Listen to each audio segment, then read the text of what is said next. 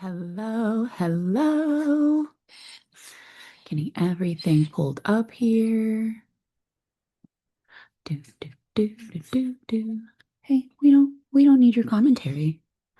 The big boy is featuring Boonifer over here. And so if you hear anybody being a little extra, it's the meatball. So let's see. I have a topic today that is either going to make you say, oh, shit, I never thought of it that way.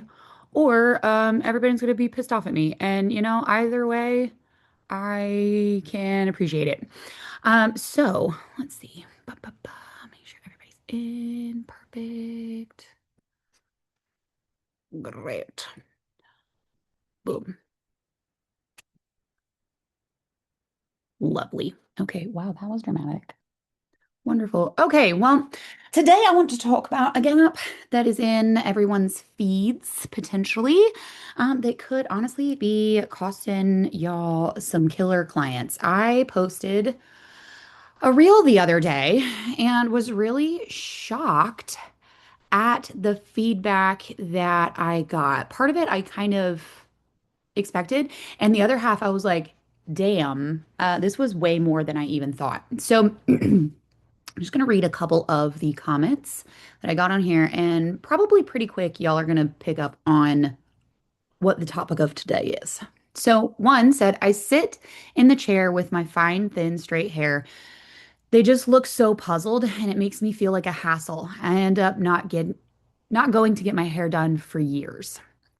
Another post said, I don't even want to go get it cut because what's the point?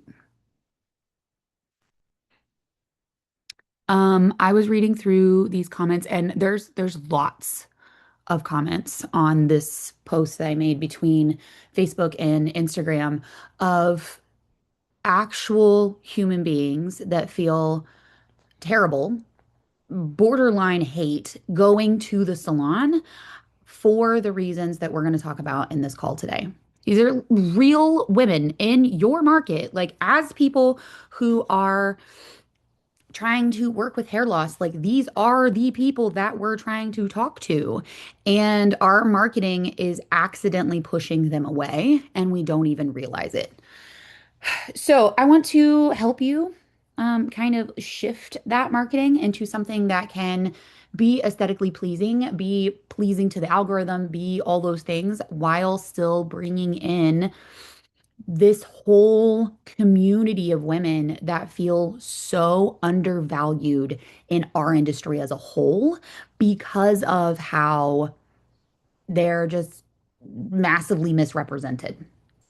So, if you haven't picked up on it yet, we are talking about how hair loss clients straight up just feel like a pariah in the typical salon setting.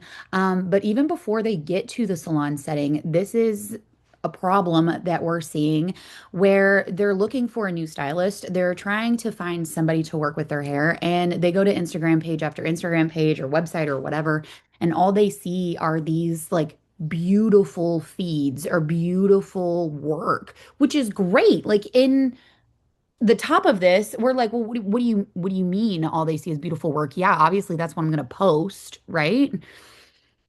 But I think that dichotomy kind of comes when they don't see people like them represented. When all we're posting are after pictures and no one sees the before.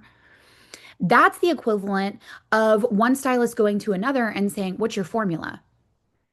Chances are you're going to be like, dog, I can give you that formula all day. It ain't going to come out the same way on whatever client you're trying to use it on. My client had this perfect, base starting hair, da, da, da, da, da. Like our befores are different. So our afters aren't going to come out the same if we use the exact same strategy. It's like putting blue crayon over a black piece of paper versus a white piece of paper. That color is going to be different. So we have the same kind of situation happening inside of our marketing where we're showing a lot of these after pictures and we're showing these beautiful looks that we create. But if we're not showing how we got there and how we started and representing all different types of starting points, there's a lot of people that are going to feel misled and just kind of miss out on your marketing. So in this post that I made, I specifically said, like, hair loss clients don't give a shit about your pretty hair. Um, a lot of clients that were actually like flooding in had so much. They told stories of frustration, of just like relief of me even saying this. Like, I was honestly shocked how many people ended up in this comment section, like in a straight up Me Too movement. Why you gotta cuss though? Listen, them motherfuckers, I said fuck on the internet and I got about 2,000 followers. So I was like, you know what? Maybe I'm gonna start saying fuck on the internet some more. They were real salty though. It was hysterical. But I was also shocked at how many stylists really like pushed back on that. Like I had some people that were straight up salty at me for saying that. And they were like, how dare you say that, you shouldn't post pretty pictures on the internet. Like I look for pretty pictures on the internet when I'm going to get my hair done. Every single time I went to that person's page after they posted something like that, guess what they looked like? Guess how much hair they had? All kinds of fucking hair. So, yes, while that's true, while people with a shit ton of hair look at other people with shit ton of hair and say, wow, that's beautiful. I could achieve that. You're having the mirror opposite on the other side, where people without that amount of hair have been told their whole lives, probably, this isn't something that we could achieve, or it's usually worded in a nicer way where it's like, yeah, but your hair is a little finer, so we can get it kind of like this, but the color's not going to lay just right. They're used to those things already. So they see someone with a shit ton of hair and they're just like, immediately out. Good day. Right. So both of these reactions really told like a huge story. And I didn't even realize, I mean, y'all know I preach about this shit all the time, but I didn't realize how specific this gap really was. I kind of imagined it more of a spectrum, and I really realized that it was a very acute problem that a lot of people are seeing in feeds, whether it be something that is, textures or fine thin hair, whether it be color specific or anything like that. Like there's a lot of different avenues that I realized this is very particular about. So I kind of want to help you figure out how to add in what's missing without really like losing what you've already built. If you have like a really great Instagram platform or you have a really aesthetic feed that you're loving and you're sitting here thinking, okay, cool, how do I represent people better while also liking how my page looks? That's how we're gonna kind of break this down today, hopefully. I'm trying to keep in the chat too. Boop, boop, boop, boop, boop. Oh, look at that. I can pull it up right there. That's so helpful. Um, yeah, so many people were so worried about my language in that video, Allison, as opposed to the actual context. It was wild. She also said, I think it's more important than ever to share befores and our process for our target market. So our target market knows our results aren't AI. Yeah, also that. Like in this AI world, I anything that I see that just looks too good to be true, I'm like, that's fucking edited.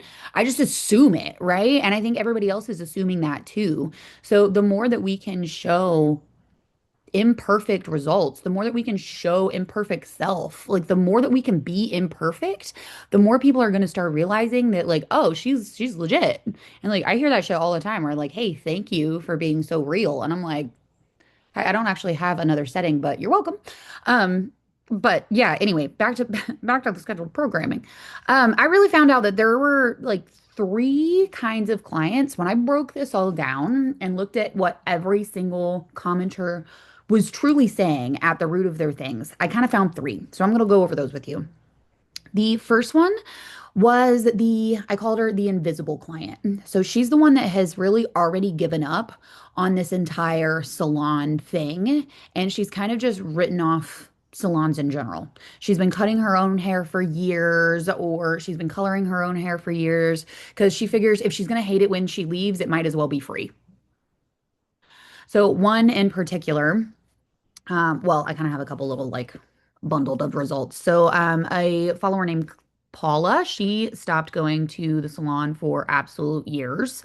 A girl named Kita said she just didn't see the point of going into the salon. Like I said, some people are having their husbands even color their hair at home, cut their hair. One of the comments said that she just gets a simple cut and she doesn't understand why it still can't look right on her. So if she was going to spend $120 having her hair cut, then, her husband can cut a straight line. And I was like, that's a really solid fucking point. So this goes also into a value conversation that we're going to have in a little bit too of, adding value to these clients so that they can actually get a valuable result. But basically, the invisible client is just defeated. This client is probably never going to pop into your DMs. They're never going to leave a comment saying, like, hey, I love your work. Do you work with fine hair? They're never going to do that. They just aren't. They're going to admire your work. They're going to think it's really pretty, but they have just kind of quietly disappeared and wrote off salons in general. Our second type of client that I found over and over in the comments was the prove it client. She wants to see proof that you can work with her before she's going to reach out. She wants to see like kind of a vetting process, basically. She might ask a lot of questions. She might want to see other pictures and things like that, that she could be brought back into a salon if the person was right. So she's currently in a state where she's like, I don't know, salons give me the willies. But under the right circumstances, she'll stop scrolling and actually lock in. So this is the client that's going to be kind of the easiest to pull into your chair of these three. Just because with marketing, you could easily answer this question for her and have her in. These are the ones that are going to be your hot leads, if we're talking about this on a client acquisition kind of standpoint. But this is really where we can get everybody else if our marketing is just right over time. Because even the invisible client that's given up, if she sees that you're capable of doing people like her over a longer period of time, it's going to be a little bit more of a like commitment, but eventually she'll turn into this prove it client that'll eventually turn into a real client, right? So, let's see. Da-da-da-da-da. Our third one is going to be the burned client.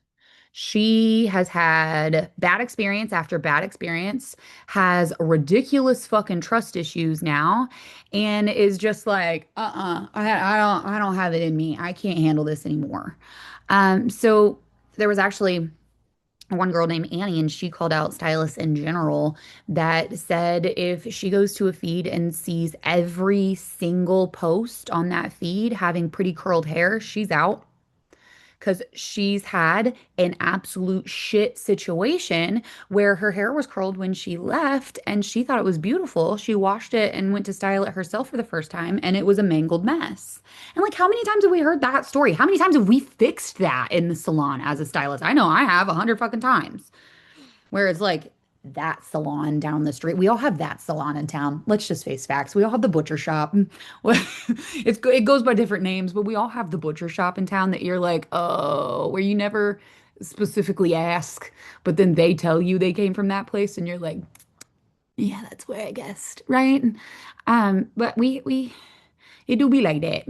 So that's something to also kind of take into consideration. If you're curling everyone on your feed, that could be a thing that some clients are like, I don't know what she hiding under them curls. What's she hiding under them curls?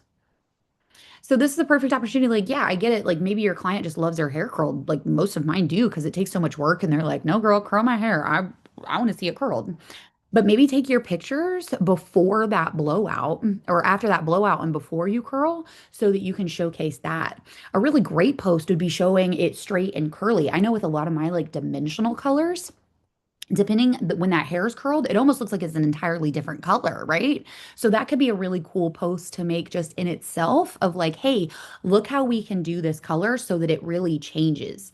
And you can have like a different look for every day. Like but that's a great marketing thing right there, you know? But this is also going to show clients that might be interested in coming to you, but just have that little bit of hesitation. Like, oh, it does look really pretty in all these different ways. So the thing that I was really surprised at was the stylist objection, though. And how many people just really boldly disagreed with me. And I thought that what I was saying was kind of self-explanatory. Um, but apparently not. But over and over, I had a lot of clients in that was basically like, hey, my feed is my brand, and I want everybody to see the type of work that I can do. And like, while I don't disagree with that, like that's absolutely samesies, right? If we're trying to get a specific clientele and we're not giving that clientele representation in our feed, there's going to be a hole there. And I think that's where we really need to like close this gap because it's not really this like aesthetic kind of thing. This is an aesthetic versus real life picture that we need to paint. So let me check my notes here and make sure I'm getting everywhere. Um, Yeah, so one thing also that I want you to kind of think of, again, in posting the before pictures and things like that, but being able to hone in on what your target market is. If you're working with curls, you need to show curly haired clients in your chair with their natural curls. We heard lots of people from older women and haircut clients. There was somebody that said if her pixie cut, she has a pixie cut and she never sees short haircuts posted in feeds. So this kind of goes back to that whole conversation of depending what you're marketing to. If you're not posting about that, um, you're not going to get that. And then on the opposite side of that, I also want to point out the fact that if you're trying, like all of us here are looking to have a hair loss kind of clientele, right? Most of y'all here are in that kind of shift where you're like, I want to work with hair loss clients. Now, whether that be rose toppers, whatever. But if you are trying to gain those new clients, meanwhile, you're posting Vivids when you don't really want to do Vivids anymore. You're posting men's cuts when you don't want to do men's cuts. You're just posting the work you do, but that's not the work you want to continue doing. That's going to also create the opposite effect of what we're talking about here. Now, your marketing is going to say, hey, this is the work I do. Bring me more of this. So now you're like, well, why do I keep getting all these people with like thick hair that want pixie cuts? I want to focus on hair loss clients. Well, baby, you've been posting that. So what do you expect? So that's also a little like derailment that I want to make. Um, can you share ways we can highlight that if we are still building the target market hair loss clientele? Yes. So Allison, I can absolutely do that. She asked, can you share ways we can highlight that if we are still building the target market hair loss clientele? So, more so, let me make sure I'm digging what you're dishing here, but like things we can post so that you can bring in more of those people. Is that correct? Yeah, I figured it'd be easier to explain over audio. Yeah, like Please do. we talked about, I completely backed off of all of my marketing for that, which means I don't have that same base clientele. I have like maybe I have five total, but they're not like regulars, you know what I'm saying? And Right. so how can I focus and help to like start speaking in a very public way to the clients that are not yet in my chair, but that I'm the most passionate about? Does that make sense? Absolutely. Yeah. And Isabel, if there's anything that you want to like pipe in on about this, because I feel like you would be a good perspective too. But I honestly have seen better results from just talking about hair loss in a way that feels inclusive. It doesn't necessarily have to be like, look at the work I do, look at the work I do, look at the work I do, look at the work I do, look at the work I do all the time. It can be, look at the work I do. Hey, Did you know that root powders are really easy to use? Here's how I use it in my temples to fill in my thin spots. It can be, hey, did you know there's a difference between androgenic alopecia and alopecia areata and alopecia this and alopecia that? Like, there's actually a lot more alopecias than just one. Like, we hear the word alopecia and we think that there's just one. Turns out there's like a gajillion. Let me tell you about them. It could be, hey, here's how to do a ponytail that makes it look a little fuller. I'm gonna do it on my mannequin, but this way you can see how to do it at home, or here's how you can instruct your, husband, daughter, whoever to help. It could be just little things like that that will start building trust in that audience to start being like, oh my God, she actually gives a shit about me. And that's going to turn someone, like I said, in those three different types of of clients, right? We had that person that's in that prove it zone, but we also have that invisible person that's going to need a little bit more time. So the prove it girl is going to see your work and be like, oh, wait, yeah, she's got it. Never mind. I'm going to call her. But this invisible girl who's just felt like this isn't for her for years and years and years is going to see you actually giving a shit about like hair loss in general, sharing tips and tricks, sharing just like facts about hair loss, sharing little like sciency kind of things that just makes her go, huh, where she's going to build trust in you and be like, you know what? I need to check this girl out. So I think those are huge. Okay. Yes. I was going to add to that because I totally agree everything you're saying. And like for me, I run into the issue of is I fall into the same issue that the clients are having where I'm super thin, I'm embarrassed, I hate it. I feel like I hate getting my hair done. All the things that the clients go through, I go through, which makes me super relatable. And I need to sort of like promote that more and put it out there. I don't do that enough. Again, it's my own personal issue I should talk to my therapist about. But you know what I mean? We all got them. Yeah, but it's a problem. It is. Yeah. But that's the one thing I would say, the videos that I have made, Mhm. thanks to your encouragement, I finally was brave enough to start posting videos. But like I think that's the one thing that clients come to me and go, "Oh, you understand." Um, and if you're a hairstylist that doesn't have hair loss issues, you can't necessarily relate because you're going through it, but you can at least express to your client, like, I have other clients that, are going through this, and this is what I've done to help them. So you could still be kind of relatable and make them feel understood. Yeah. I don't know. I think like everybody just needs like to feel safe and not judged and like you get it. Yes. And It that's the biggest thing, even in the marketing. Like we can communicate that just in our marketing and our stories and how we word things can be the totally. difference of that.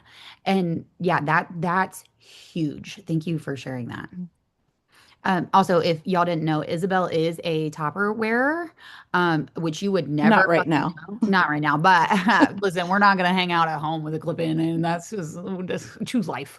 I just had surgery a week ago, so Oh, I'm still like I'm showering, and yeah. I've And you're been like, in like a bed in like a medicine induced coma, right? So this is the most awake I've been. So forgive you're me like, if be happy I'm my pits don't stink right now. Okay, you're no, welcome. they That's do. what I can offer. Thank goodness there's no smell-o-vision, right? Like Right? it's fine. I love it. No, I've been there, done that. Yeah, so like that this is the combination of things that are happening. And like she said, like if you're someone who hasn't experienced hair loss firsthand, this doesn't mean that you can't market to it. I mean, y'all have met Ariana. She's got a fuckload of hair.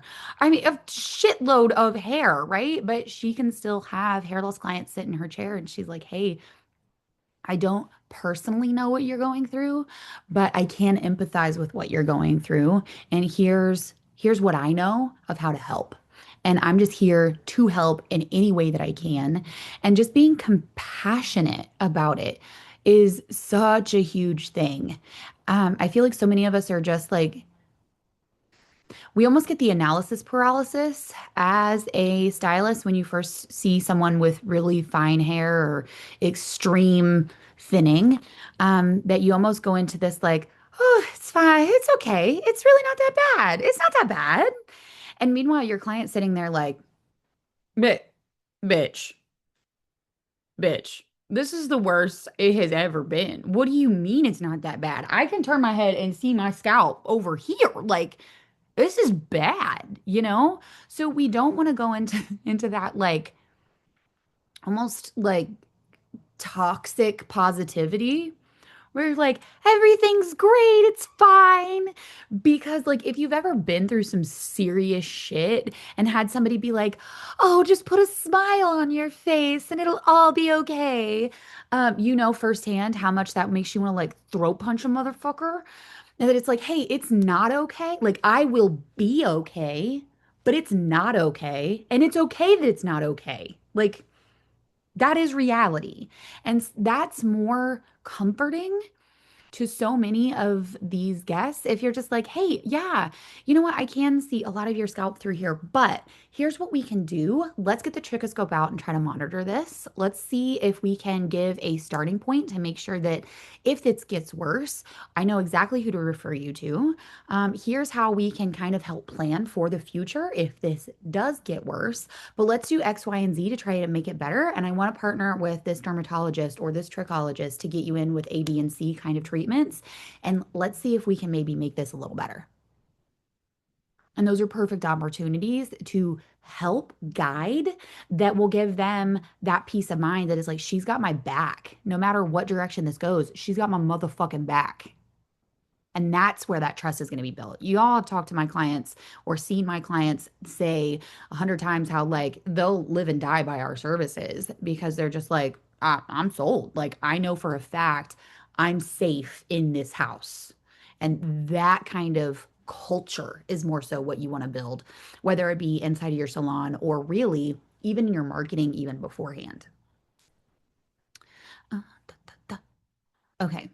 Um, Now I'm going to go through a couple like practical ways to kind of bridge this gap where you can still have that like polished kind of look on your feed. Because like let's face facts, what I'm saying here is not like start posting all your befores on your feed because that would look chaotic as shit, right? That's misleading. I've gone to like feeds where I'm doing Instagram audits or whatever. And like I think the brain just says like, oh, before happens first, so I post that first and now I'm going to post the after. And then that just ends up looking really chaotic on the feed, right? So definitely still posting those real hair shots, but making sure that the end result is kind of our first impression. And then even one where it's like we have the main photo and then the before is little in the feed because you can do an overlay on Instagram and like shrink it down so it's there. Your next in that carousel could be that full size before picture so that they can really like zoom in and see what they want. But if you have that like cover photo, like, ooh, look at both. You know, that could be a really great kind of shot as well. Making sure that that's just like nice and clean. Um, I wouldn't do any like effects or anything too like foo-foo. It's just gonna look a little dated. But that would be a really great way to show both. Or, like I said, just do a carousel where they can flip through, post in your caption pretty quick in the caption, scroll for before or something like that. Because I mean, let's face it, nobody's opening up that show more to read your entire caption unless they're like a diehard fan, which like we love those, thank God. But you got to get your point across in the first like 90 characters, or ain't nobody gonna see it. So keep that in mind too. Okay, yeah, and then like we've kind of talked about, occasionally just like ditch that curl. Stop, don't you don't have to post about the curl. Have a real nice, pretty, like soft blowout. Just like when you smooth it out and everything. Obviously, make sure it's not frizzy, make sure it looks done, you know, but take your pictures then, almost in like that before stage, right before you start curling. That conversation could go as easy as like, hey Deb, I just absolutely love how your hair looks. I know you don't wear it straight ever, but it's beautiful like this. Would you care if I snap some pictures at this stage too, so that I can show my audience how the color looks different or how this can look really great in both ways?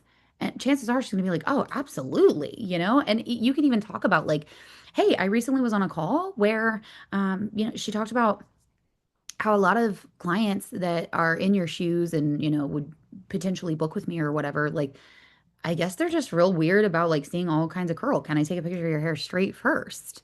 Have that conversation. Like, y'all are cool with your clients, you're all super chill. So, like, having that conversation wouldn't be weird. Allison, pretend you're talking to an IG idiot because you are. Do you need a separate app to do the overlay? No, it's inside of the app itself. Hold on, let me pull it up and I'll show you. Da, da, da. So if you do your little like plus sign, stop it. Okay, so you got your thing, right? And then down here at the bottom, it says overlay. So, and then you can pick another photo to go up to it. And then it like you can just shrink it down and it's like a sticker. Ta-da. Bow, bow, bow, bow, bow. So I love that little feature. You can't do it with videos. That's the only bummer. You're welcome. But I do love that little feature for all kinds of little things. And then you just don't have to open up Canva as much too. Like there's a whole bunch of stuff that I used to have to go to Canva to do that. Even the post I made today announcing our like Uncon giveaway winner, like those little things where you're just like, oh shit, I can just sticker about it. Okay. The next one, I want you to start kind of working on your range too. So knowing that you can give a beautiful blowout, that you can be fine hair friendly, show all those things. I think a lot of times we forget that our clients are in our head and they don't know everything that we do, right? So show that you can do all these things, especially if you are running like a big salon, or honestly, even if you're a single person, showing that you have range from not just the, typical like temple thinning to, be like, oh, if you have perimenopause kind of loss, we do that. If you have alopecia kind of spots, we do that. Like just showing you have these different possibilities. And then even if you have somebody, if you're somebody who still does color and cuts by themselves, showing that you can work with fine hair guests and still get them a beautiful result. So I touched base on this earlier, but for instance, say you're doing a cut and color, and if there's anybody, does anybody in here just still take cut and color guests? Yeah, okay, that's what I thought. So if you have things like that, she's got fine hair, but she's really not interested in a topper. She's just like, you can cut my hair and I can fake it till I make it. Get a root powder in stock that you can have on hand all the time. I love the Boldify. The brand is Boldify. They have a gajillion different freaking colors. I'm not shitting you. I think they have like 27 color choices. It's a fuckload. But it comes in this little poofer and you can just like tap it right on their scalp. So if we have somebody that comes in and is a, fine hair gal and she wants us to kind of thicken up that root look a little bit, we'll do that. We'll put it on her root. We'll thicken it all up, get her all like good to go. We're not going to let her leave looking like she's got to go home and do all that root stuff herself, or we'll have her bring it in and we put it in for her. If she's got a specific combo she likes. Um, Toppix is another brand, Toppix. They have like fibers, if you've seen those, the root cover up fibers. I will say those are a little harder to work with. There's like a layering process that you go. They're messy, they go everywhere. It's just kind of one of those where you're like, okay, I need you to shield your face, and then we're gonna do some of these. They fill in beautifully. It's a little lighter of a fill. But it's an option. They also have like, I call it spray paint. They have a spray that covers bomb as fuck. And that shit is damn near waterproof. So if you have someone that's just naturally like a sweatier scalp, because them Toppix powders, I tell you what, if you got a sweaty scalp girly and you Toppix the fuck out of them, that shit gonna be running down. It is a mess. That was a like, oh golly, kind of situation. Um, yeah, if you want to shit your pants, that's how you can do that. I wouldn't recommend it. But the spray is great. It has a lot better longevity. But we really do love the powder. It's basically just like a little poofer. It's super easy to use. And then you can have those in stock in your salon. So if it's somebody who's never used something like that and she sees how easy it is for you to apply it, that's a perfect opportunity for you to be like, yeah, do you want me to walk it through? I actually have some of these in stock in the color that I'm using right now. I can walk you through how to use it, and it's super cool. They're like 20 bucks if you want one. It's a great way to make another sale, just even on the retail side of things. But then take your after pictures with that, before pictures of showing how, fine her hair looks, and then after pictures with it just looking so much fuller. Your client is going to be able to see, like, oh, they didn't do anything fancy there. She still has, the same hair, but they were able to just tweak it and fluff it and do whatever to make it look amazing. Holy shit. So this is going to be one of those things that brings that invisible client in and also brings that prove it client in too. And honest to God, maybe even the burnt one that she's seen 100 different times where, she's hated leaving the salon because her scalp is just like fluorescent when she leaves. She could damn near see the shadow of the moon on that shit. And she sees how your clients are leaving and is like, well, shit, I've never had a stylist like hide my noggin before. Like, well, fuck, maybe she does know what she's doing. So those little tiny things that's maybe gonna take you 3 more minutes in the salon, like that shit don't take long. Especially if it's just like, I mean, y'all see my temples, like I wear that shit all the time because if I pull my hair up and my row is right here, that shit'll be out so fast. So just being able to poof that in just a little bit and be so much more comfy, 10 out of 10. Like that's a value add like crazy. And that goes back also to the conversation we were having about like, yeah, you've been doing this for a long time. It's okay that your haircut's $120, but you better give the same $120 value to the person that has a fuckload of hair that you do to the person that has zero hair. They still need to leave thinking, damn, that really, like, that was worth it for me. Because, like, you have somebody with the shitload of hair that's coming out of every fucking orifice and just enough hair for 34 people and their ponytails this big.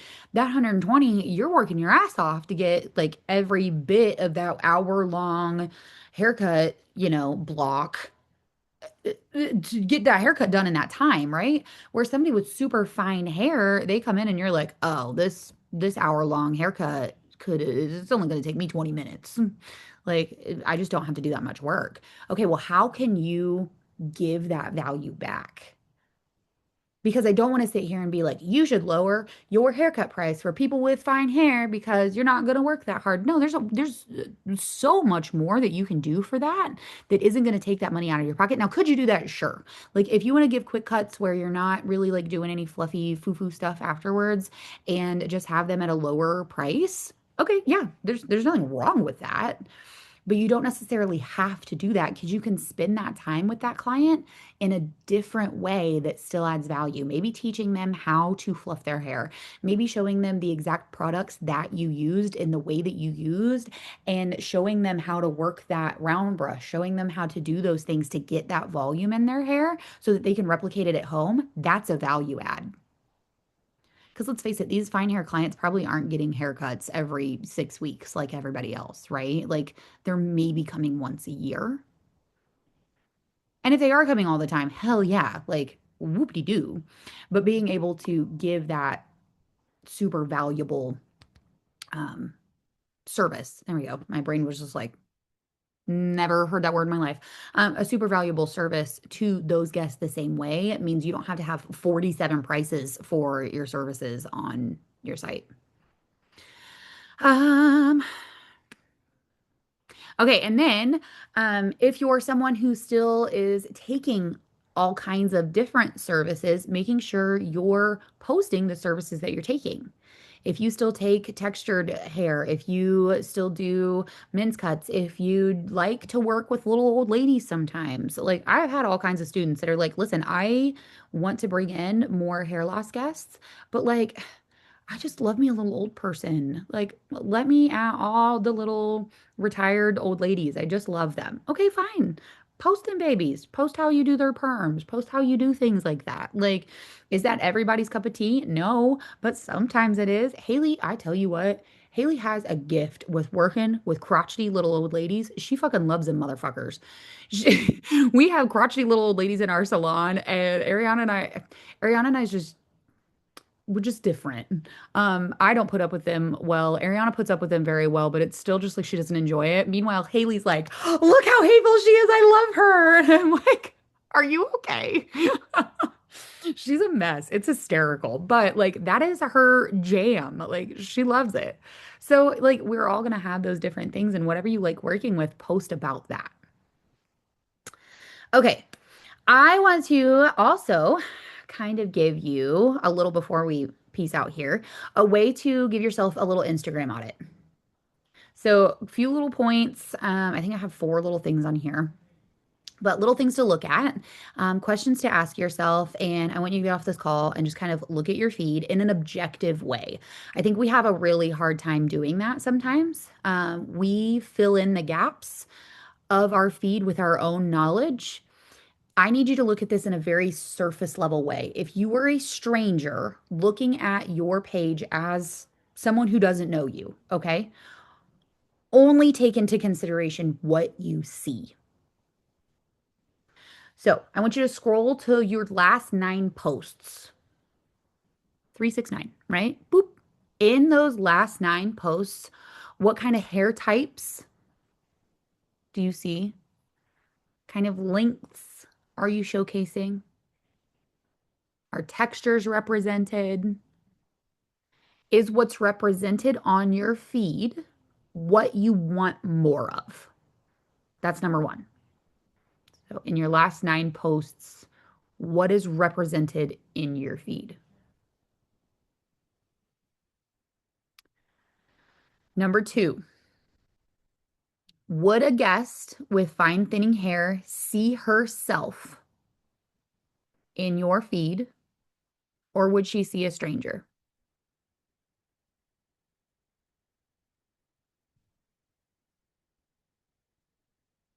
Number three, is there a single post in your feed, even if you scroll, we'll say like within 2 to 3 little push-ups? Nobody's going past there. Let's just face facts. Again, unless they're like a diehard, love those. Truly do. But you're going to get about 2 of these before somebody goes, okay, bye. Okay. So, is there a post where hair is shown in a natural, unstyled, or very low effort, kind of like that blow and go kind of state?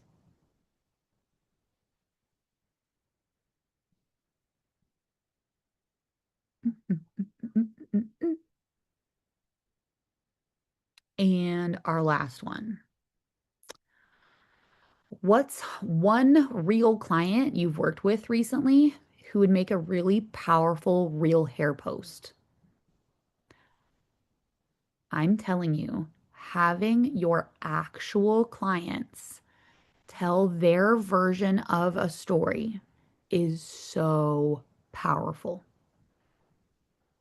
Having someone give a video testimony or having one of your clients just those little like at the chair, like, hey, do you mind if I record you just telling a little bit of how you found me?